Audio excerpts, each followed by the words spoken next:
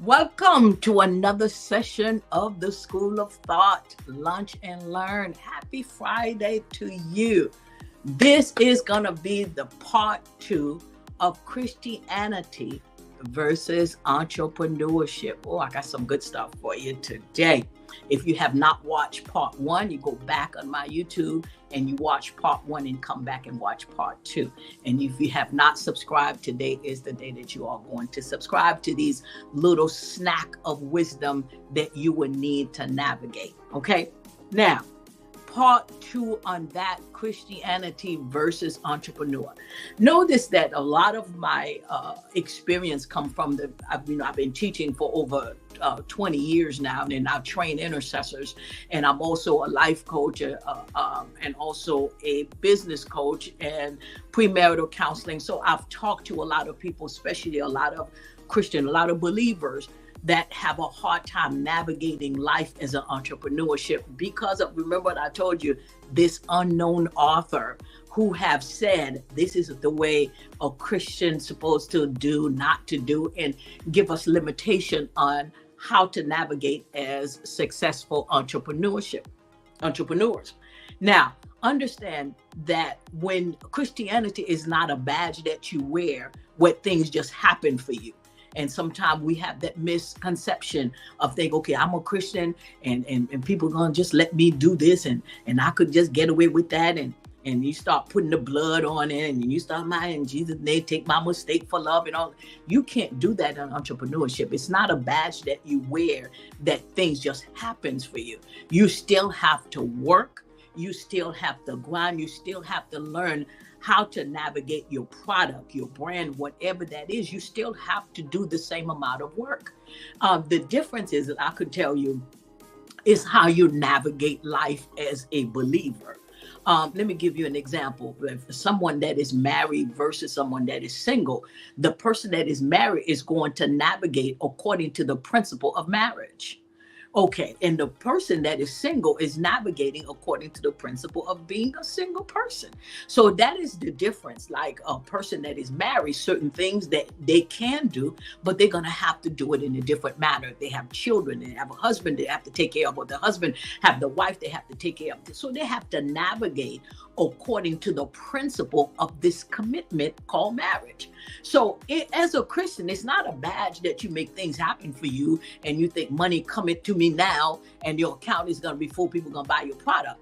No, you have to just learn how to navigate entrepreneurship according to the principle of your belief, the principle of your morals and whatever it is, the level of what you believe in your relationship with God. So it's not that you can't do that. You're just navigating it in a principle. And even as a believer, not every believer navigate with the same principle. Sometimes it depends on the level of your relationship with God that you navigate according to the level that you understand or the level of your relationship.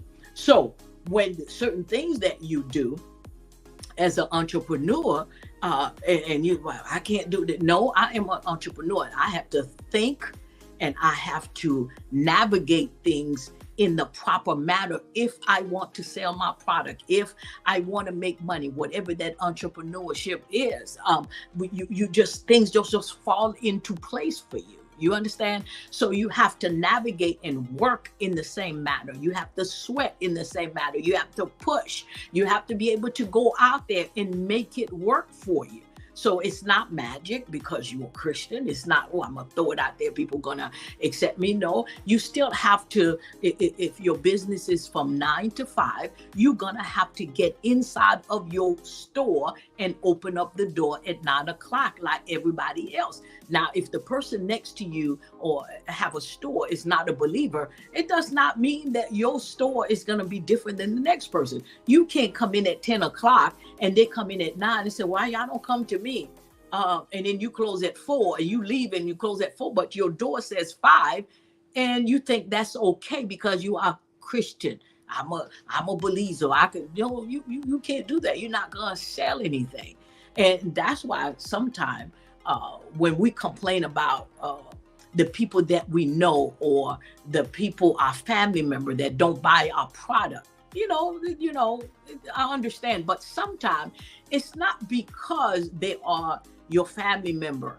It could be because the way you present your product, the way you present yourself as the brand, that it's not interesting enough as a professional because you are a Christian. So you think everybody in the church is supposed to buy your product. Everybody that your family is supposed to, come to me. But it couldn't be because you're not carrying yourself as a professional. You're not presenting yourself like you respect people money. And that is a lot of that happens as a believer. You're not respecting the people that's spending money on your product or your brand because you think I'm carrying this badge called Christianity. Christianity is not a badge, but is a principle of life. Is a principle where of transformation of your character. So when you think about you are a Christian, it doesn't say you get away with things because you're Christian and you don't have to come on time and you don't have to treat people in a professional manner. And I don't, and you just running around and not answering your phone, not picking up your messages, not answering no email, no text. You have no concept of time because you're a Christian. And people supposed to understand, I got church, so I'm not going to be bothered. You got customers who need you and who need your product. And you talk about, I'm not going to bother with them till after church and later on. And then they already bought it from somebody else. So the way your principle in how to run your business is still have to be professional. Because if I need your product, and then and you at a revival and you in church every week, and I'm supposed to wait till after the revival for me to purchase your product, we have a problem. Not that your revival is wrong, but you have to navigate in a way of how do I still offer my services, my customer service, and still go to your revival and still do what you need to do in the church. It's how to navigate in your commitment and your principle. You just don't throw it out there like a police officer. I'm a Christian. So take my mistake for love. Buy me because I'm a Christian. You can't do that. You can't do that. Product is product. Service is service. The customer service level still have to be in a professionalism that have nothing to do with your badge of you being a Christian. You still have to learn to be professional. You still have to learn how to handle your customers. You can't sit there and tell me, I rebuke you and because the customer is unhappy and you start talking about you rebuke them and you can't do that. You cannot do that. You still have to be professional. You still have to be able to navigate without you saying, well, I'm a Christian. People just use that as a form of excuse why you don't have customer service, why you don't have a good customer service, why the customers really don't want to come back. You don't have repeat customers. You want people to be loyal to you because of this badge called Christianity. That doesn't fly. Okay, it doesn't fly. It's time for us to understand that when it comes to entrepreneurship, you still have to learn how to operate as an entrepreneurship. You don't come into this field to make money as an entrepreneur, and with your badge, you think that's going to give you a special pass because you're a Christian.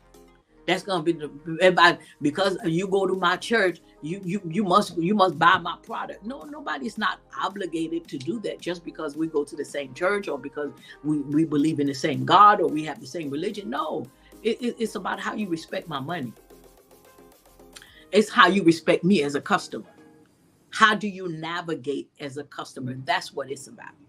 So that's what you have to learn, understand as a entrepreneurship versus it's not whether I'm gonna be a Christian. Entrepreneurship is learning how to navigate, and sometimes we have different type of people. We use that as an excuse because we're too lazy to transform. We're too lazy to actually be an entrepreneur. So we think Christianity is an easy shift that you get on So, I'm excused. I'm immune from being an entrepreneur. I'm immune from working hard. I'm immune from offering customer service. I'm immune from all of that. And you get in this ship called Christianity, and you think you passing by, everybody's gonna buy your product. Everything is magic for you because now you become immune. That is not Christianity. That's not entrepreneurship. You're not immune from anything. You're not immune from people not buying your product. You're not immune from anything. It's how well you present your product and how good is your product for the service you are referring. If you're referring a service, make sure the service is representing and benefiting your customers that you asking to spend their money. When you write a book, is the book worth the money that you're paying for? Or if you're purchasing a product for you to use, is the product good enough for me to pay for it? Even as myself, as an entrepreneurship, I presenting myself, whether as a life coach or as a wedding officiant or as a mortgage broker, I still have to have my customer service and present my product to make sure you understand that I don't want you to come to me because of this badge. I want you to come to me because you see my professionalism, because you see my respect for your money. I respect the fact that you're even interested in my product. Understand that my level of professionalism is worth bringing your value, your money to. That is the reason why I want to be hired, not because of a badge or have anything to do with, you're a Christian, so I'm going to hire you. Or, sometimes he say you because you're Black owned, I'm gonna hire you. We need to elevate ourselves in a place where Christianity is, my time is up, y'all. Where Christianity entrepreneurship is not an if or. You can do both. Just be ready to work. Be ready to put your product out there. Be ready to work and bring your stuff in the spirit of excellent. So I can be interested in your product. So I can be interested in doing business with you because you're fair, because you understand what I need and you're able to supply my need as a customer. Okay, so we're going to continue again next week on another part. So be ready. So I thank you so much for joining me today. Don't forget to subscribe to my YouTube channel, this YouTube channel, and to meet me on all of my social media. I do have a couple of events that's coming up. The first one, as a mortgage broker, Sunrise Mortgage Services is my company as a mortgage broker. I am going to do a virtual teaching on October 28th. Concerning purchasing a home, preparing your mind, your emotion, and your mentality on how to purchase a home. So it is going to be on October 28th, right? There is a mental and emotional process in becoming a homeowner. And I want to be able to show it to you because I am a certified brain coach and I understand the mental and emotional process that goes with purchasing a home. And I want to be able to share that with you in the different program that we have available, and the interest rate have gone down, the perfect time to prepare to purchase a home. So I want you to register, go to sunrisemortgageservices.com and go under mortgage educational event. And I want you to register for that. It's virtual and it's free. Again, it's free workshop. So there is a mentality, being in the business as long as I have and starting over 15, 20 years ago as a mortgage loan processor, I understand the process from the beginning and what it takes for you to process your mortgage loan. What does the loan officer ask the buyer all the time, all the paperwork you need, why you need them, and what caused them to ask another question. I understand all of that. And I've watched people go through a mental process that they get so angry and frustrated because they did not understand. There is a mental preparation, an emotional preparation, because you are going to ask a lot of questions. There's things that you must be prepared to give. It's not a 1, 2, 3, you get a home. It's a lot. And anybody that own a home could tell you that, unless you have like $1 million that you put in. Even those people, when you go to, you still need information from them as well. So don't forget to register, Sunrise mortgageservices.com and click on mortgage education event, because I just don't do mortgage. I educate people as we do mortgage. There's some things since I've been in mortgages I've always done. I've done a lot of workshop educating people to make sure that you don't get any interest rate that you shouldn't get. You're signing papers you don't know what you're signing, and you're getting balloon loans that do, and you didn't know that. So I educate people to understand and how to navigate in becoming a homeowner. And I have another event that's coming up November 8th and 9th. Real Man Talk. My spiritual son is coming down to do this man talk with the men. If you have your son, your husband, your friend, your uncle, bring them to that house November 8th at our Yeshiva house in Irving, Texas. And we are going to talk. It's not going to be church. It's not going to be preaching. It's just a safe place for men or boys or teenagers or young men that's not, especially that's not religious, that's scared of church, that's scared because you out there, people telling them about, you need to be saved, you need to be, sometimes that emotion process of a man, the thought of a man, that I don't have no place to empty out and get wisdom, and I have question, I don't have no a place for me to get it answered. This is the time.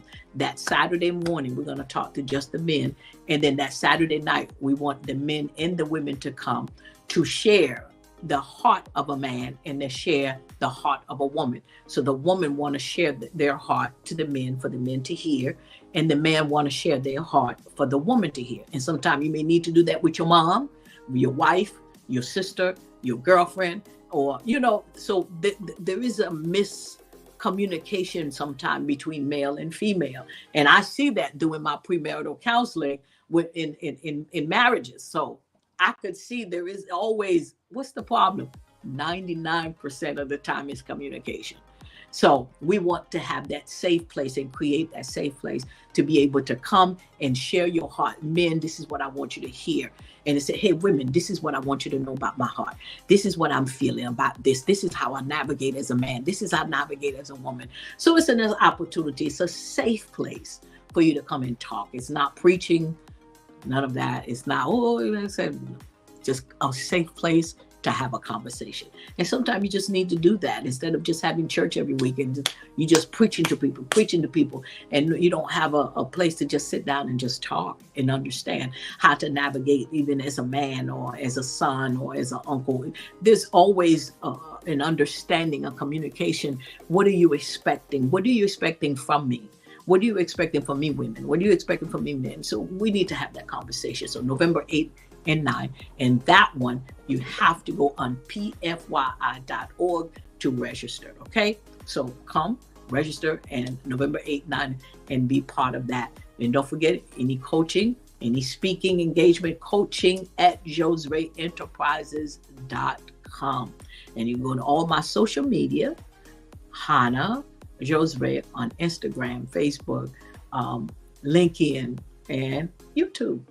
So thank you so much for taking the time out to listen to me today. And I hope that this session was super wonderful in your snack basket of wisdom, that you could navigate and really implement those wisdom. And please don't forget to reach out and let me know, and give me comment on YouTube, and let me know if this session has been a great help for you. So, we need to hear that. If this is okay, this is good. It's the transformation taking place. If the words are going through the mind, the brain, and it's all going through the mind and everything, and transformation is taking place, I need to hear that. So reach me and let me know that this wisdom, that these sessions have been good snacks for you, that you navigate through life.